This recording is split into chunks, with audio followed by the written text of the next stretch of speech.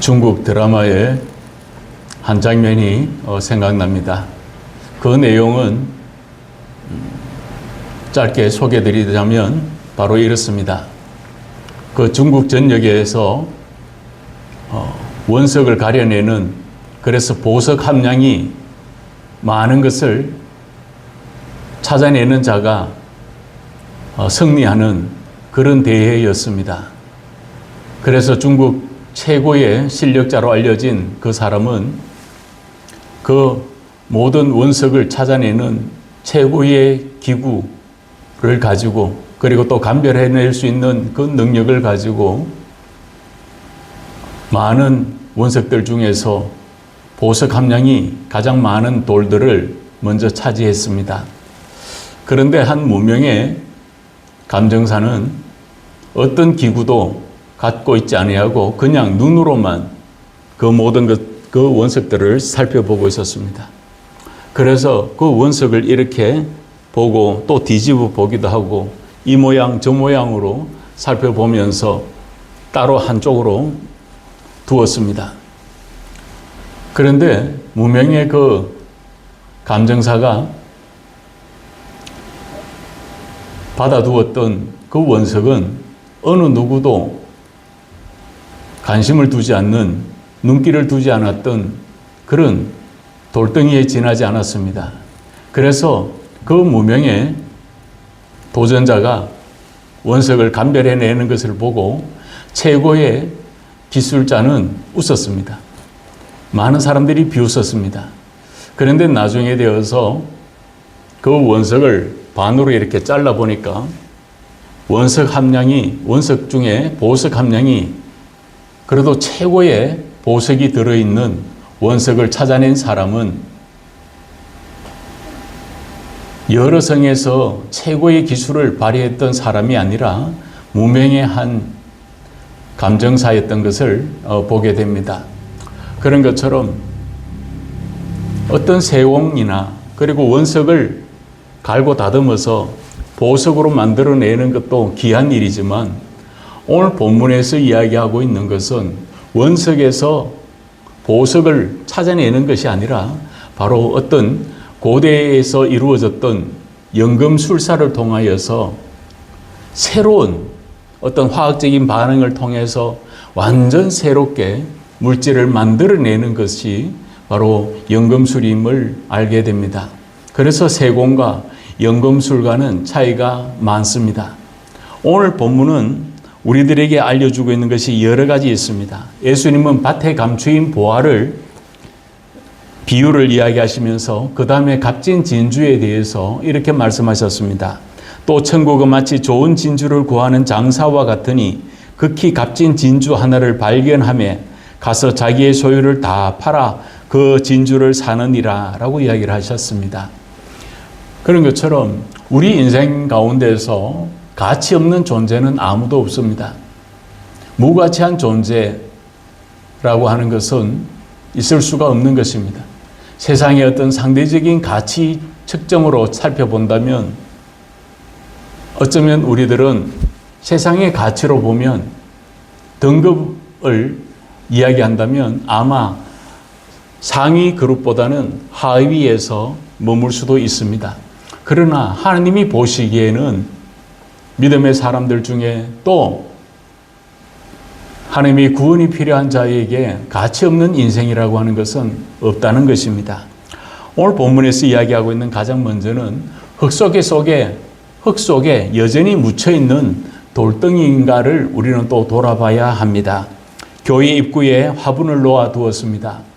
그래서 사모가 고추 모종을 몇 가에 심었습니다. 그리고 조금씩 자라날 때 그 모종에서 올라오고 있는 그 고추를 키우기 위해서 옆에 지지대를 이렇게 하나씩 세워두었습니다.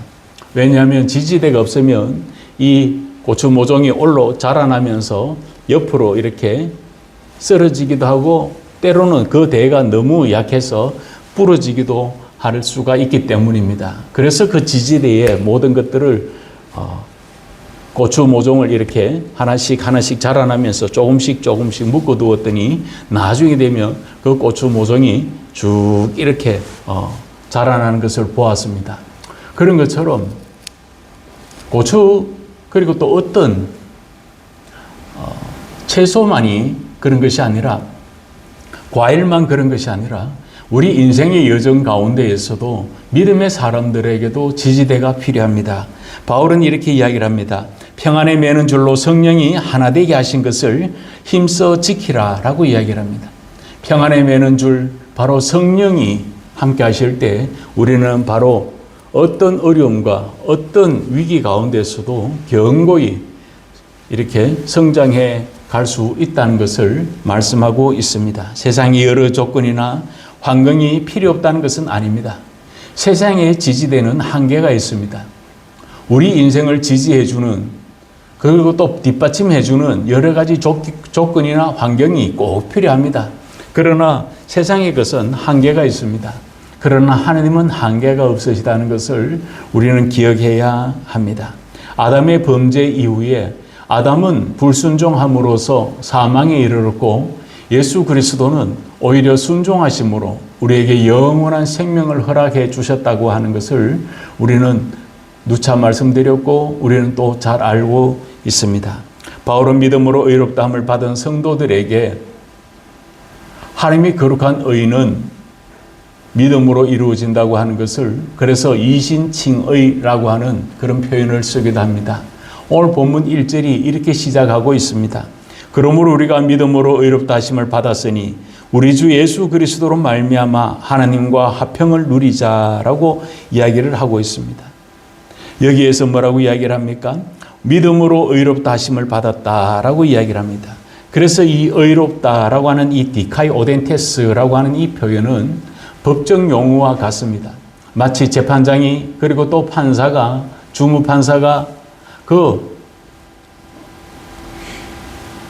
사람에게 죄인에게 당신은 무죄입니다 라고 바로 망치를 똥똥 똑 이렇게 두드리면 그 사람은 무죄가 되는 것입니다.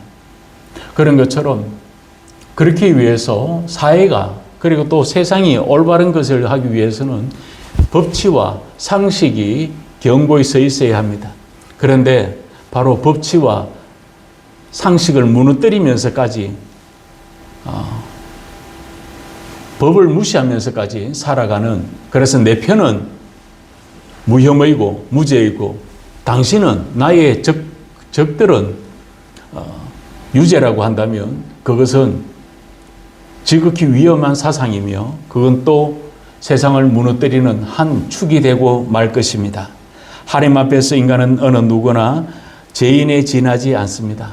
우리가 예수 그리스도를 믿는다라고 하는 것은 우리를 의롭다 하신다고 하는 칭의라고 하는 것을 선포하게 하십니다.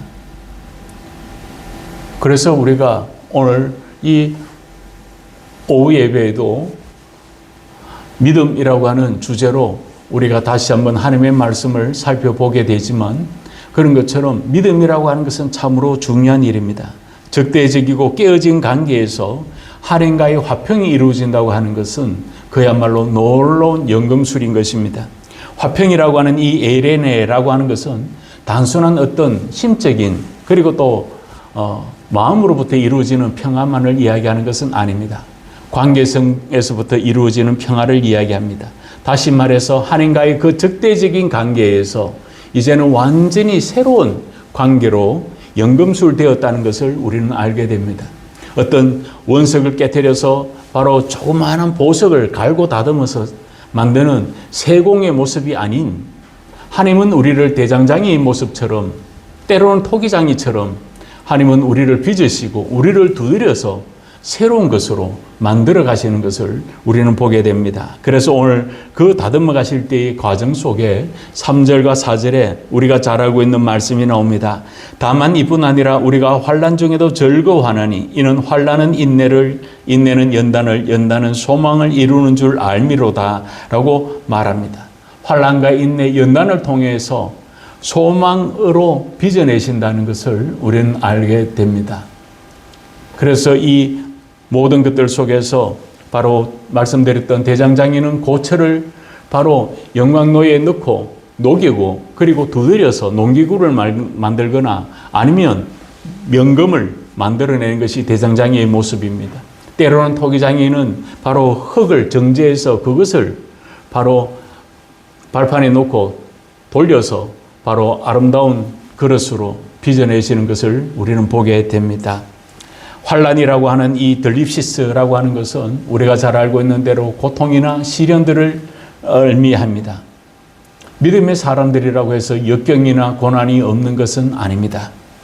이러한 고통 가운데서 하나님은 환란은 있지만 그러나 그 환란 가운데서 하나님은 우리를 인도하신다는 것을 이야기합니다. 그래서 그 환란을 겪고 그 다음에 바로 인내라고 하는 이 히포모네라고 하는 이 말은 단순히 참고 견디는 것만을 말하는 것이 아닙니다. 끝까지 믿음을 붙잡는 그런 신앙의 인내가 필요함을 우리는 알게 됩니다. 힘들고 어려운 시기입니다. 경제적으로, 사회적으로, 국제적으로도 지치고 공부할 때 우리는 믿음으로 모든 것들을 인내해 갈 수 있어야 합니다. 그리고 다음에 이야기하는 것이 인내는 연단을 만들어낸다라고 이야기를 합니다. 연단을 이겨내게 합니다. 그래서 이 연단이라고 하는 이 토키메라고 하는 것은 여러 가지를 통해서 마치 용광로에 고철을 넣고 정제하여서 바로 순수한 철을 만들어내는 것처럼 필요한 그 정제의 과정이 있는 것처럼 이 연단이 바로 그러하다고 이야기를 합니다. 욥이 자신의 그 고난 가운데서 이렇게 고백합니다. 내가 앞으로 가도 그가 아니 계시고 뒤로 가도 보이지 아니하며 그가 왼쪽에서 일하시나 내가 만날 수 없고 그가 오른쪽으로 돌이키시나 배울 수 없구나 라고 말합니다. 아무리 주변을 돌아봐도 자기를 도와줄 자도 없고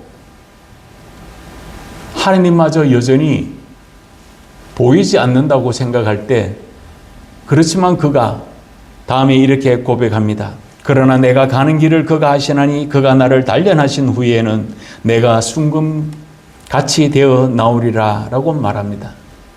그래서 믿음의 삶의 여정 가운데서 하나님은 환난과 인내와 연단의 그 과정을 통하여서 그런 모든 것들을 연금술하여서 하나님은 새로운 소망을 산소망이신 예수 그리스도를 바라보게 하신다는 것을 바울은 권면하고 있습니다.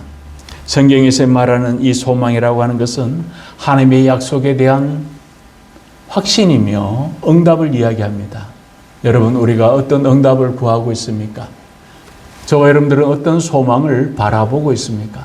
우리가 이 아침에 회복되어져야 할 여러 가지 삶의 문제들이 있지만 그 문제가 하나님의 거룩한 은혜 앞에서 해답으로 바뀌어지는 그런 회복이 이루어지시기를 주의 이름으로 축복합니다. 두 번째는 조금씩 다듬는 손길이 있다는 것입니다.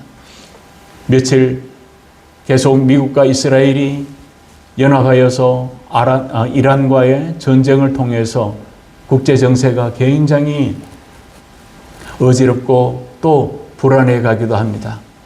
이란은 이란대로 주변 국가들을 공격했다가 그가 주변에 있는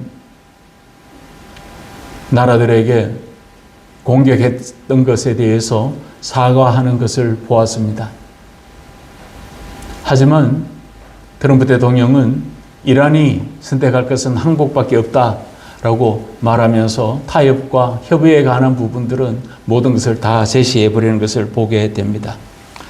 마찬가지입니다. 적대적인 관계성 속에서는 하나가 되기 어렵습니다.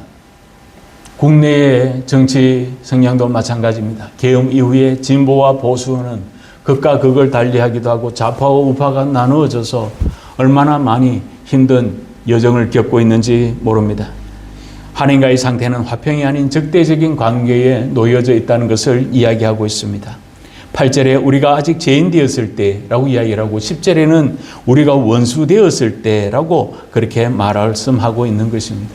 그런 것처럼 그래서 오늘 그 본문에서 적대적인 관계에서 바로 친밀한 관계로의 전환점은 다른 어떤 것으로도 이루어지지 않는다는 것을 이야기하고 있습니다. 적대적이라고 하는 것에서 바로 친밀함으로 나아가는 것은 어떤 원석에서 보석을 세공하는 작업하고는 전혀 다른 것입니다. 그래서 오늘 본문에 5절에 우리에게 주신 성령으로 말미암아 하나님의 사랑이 우리 마음에 부음바 됨이니라고 이야기를 합니다. 적대적인 관계에서 하나님은 친밀한 관계로, 화평의 관계로, 평안의 관계로 이끌어내시는 그 분이 계시는데 그 존재가 바로 성령님이라고 말씀하고 있습니다.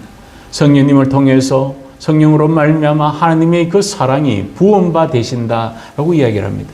붓는다고 하는 것은 어떤 작은 잔에다가 우리가 물을 따르는 정도를 말하는 것이 아닙니다. 어떤 용기에 음식을 하기 위해서, 요리를 하기 위해서 적당량의 물을 붓는 것을 말하는 것이 아닙니다. 이 에키키타이라고 하는 것은 댐이 터져서 급류가 쓰나미처럼 밀려오는 그런 엄청난 광경을 이야기하고 있습니다. 우리가 어느 부분들 속에서 이 쓰나미와 같은 것을 인간이 무엇으로 막아낼 수가 있겠습니까? 자연재해를 인간이 막아낼 방법은 없습니다. 그런 것처럼 하나님의 이 놀라운 쓰나미와 같은 이 사랑을, 성령으로 말미암아 이루어지는 이 하나님의 쓰나미 같은 사랑을 바로 우리는 감당할 수가 없는 것입니다. 그래서 8절에 우리가 아직 죄인되었을 때에 그리스도께서 우리를 위하여 죽으심으로 하나님께서 우리에 대한 자기의 사랑을 확정하셨느니라 라고 이야기를 합니다. 이 확정이라고 하는 것은 시니스테신이라고 하는 이 말을 쓰는데, 이 확정이라고 하는 것은 모든 것들을 확실하게 증명해주고 보여준다는 뜻입니다. 어떤 의심 없이, 어떤 의혹 없이 모든 것을 다 드러내시는 것을 이야기합니다. 그래서 하나님은 이 사랑으로 적대적인 관계에서 바로 하나님과의 화평을 이루게 하시고 하나님의 자녀 삼아 주셨다는 것을 소개하고 있습니다. 그래서 베드로 역시 이렇게 이야기를 합니다. 그리스도께서도 단번에 죄를 위하여 죽으사 의인으로서 불의한 자를 대신하셨으니 이는 우리를 하나님 앞으로 인도하려 하심이라. 육체로는 죽임을 당하시고 영으로는 살리심을 받으셨으니 라고 이야기를 합니다.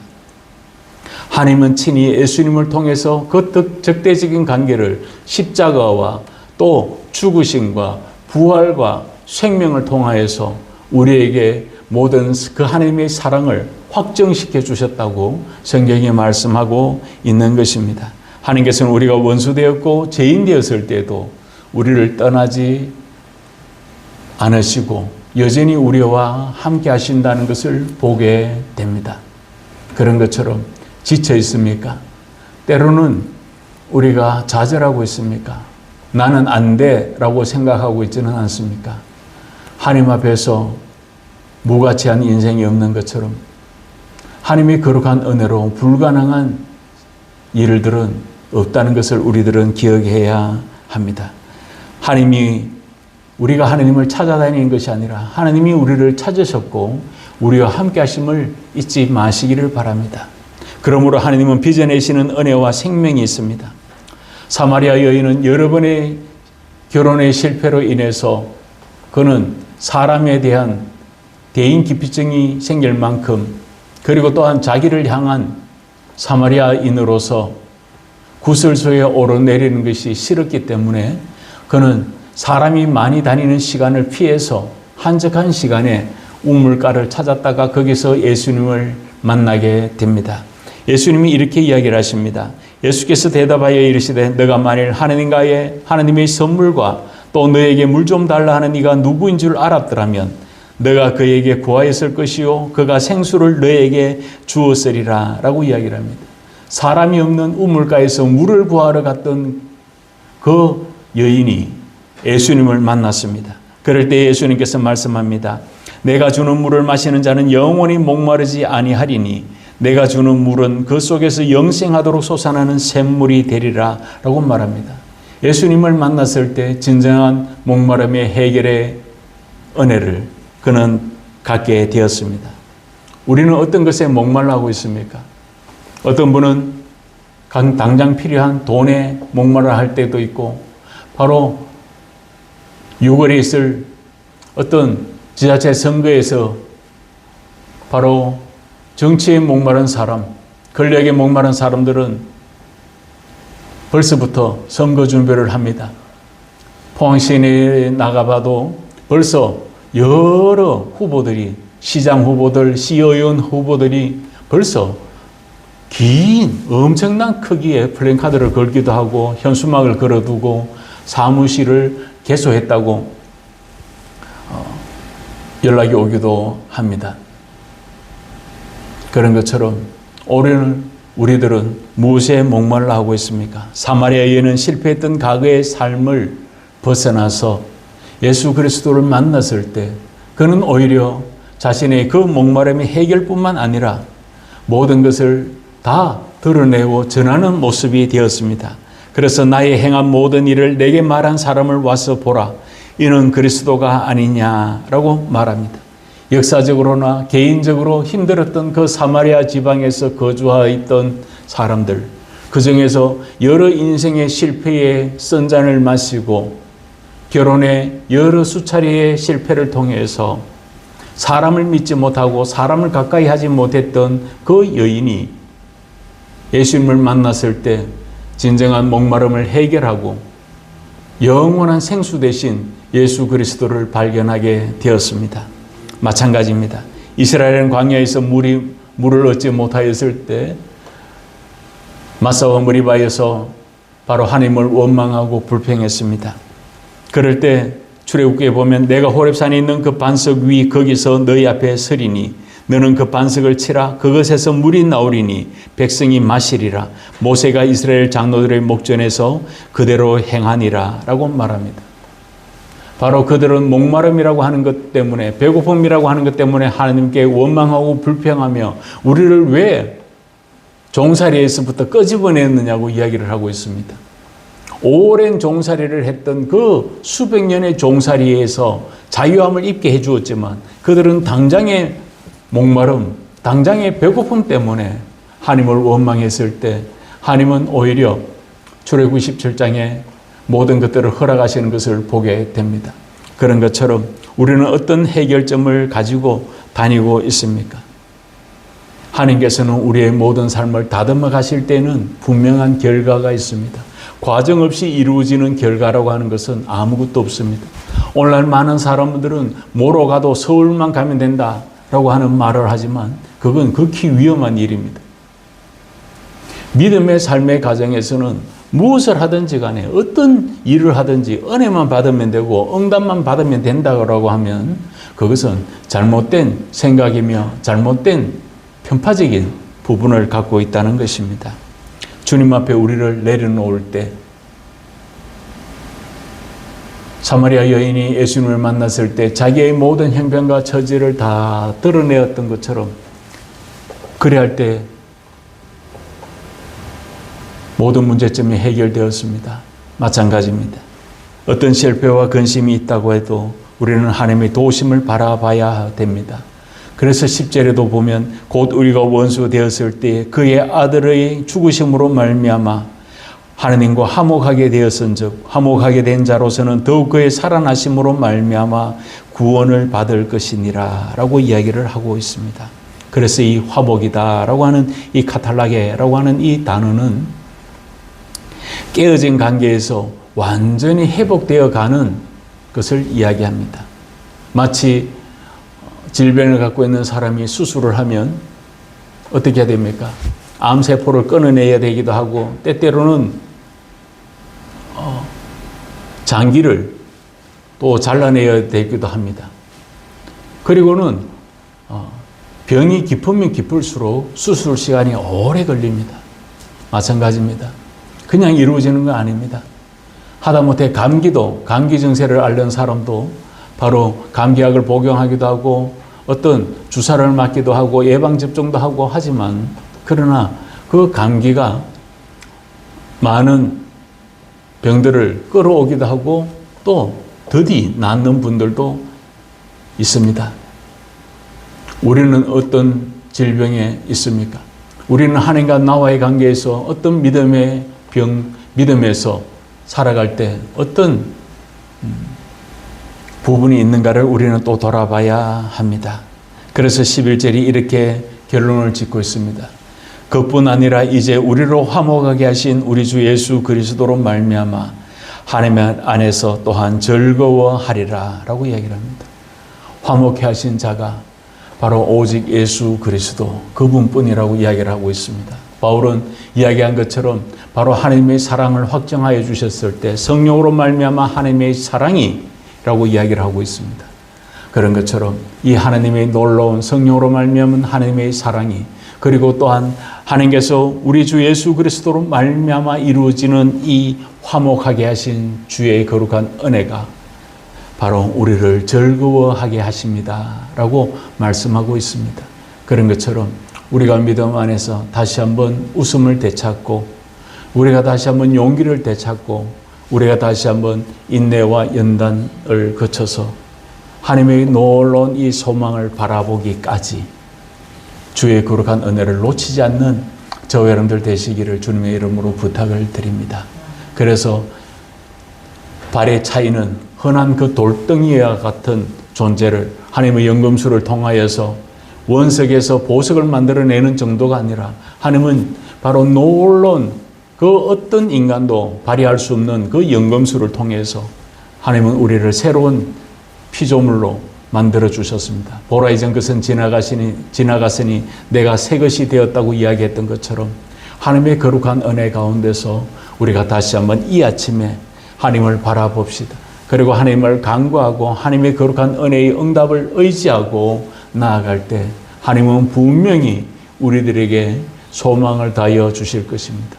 하나님의 약속하심을 환난을 지나서 인내의 단계에서, 인내에서 연단에서 바로 소망으로 나아가기까지 하나님은 우리를 끝까지 붙들어 주실 것을 의심하지 말고, 우리가 하나님의 거룩한 은혜 안에 거하고 하나님과 화목하며, 우리가 아직 죄인 되었을 때, 우리가 아직 원수 되었을 때 하나님이 우리를 사랑하시되 끝까지 사랑하여 주신 그 십자가의 사랑을 우리가 다시 한번 붙들고 주 예수 그리스도로 말미암아 쉼을 얻는 이 아침 되시기를 주의 이름으로 부탁을 드립니다. 이 시간에 우리 함께 다 같이 오늘 말씀을 생각하시면서 함께 기도합시다. 하나님, 내가 하나님과 함께 다시 한번 화평되기를 원합니다. 다시 한번 하나님의 그 놀라운 사랑의 확정을 이루어갈 수 있게 해 주시고 산소망이신 예수 그리스도만을 바라보게 하여 주옵소서라고 우리 함께 같이 기도합시다.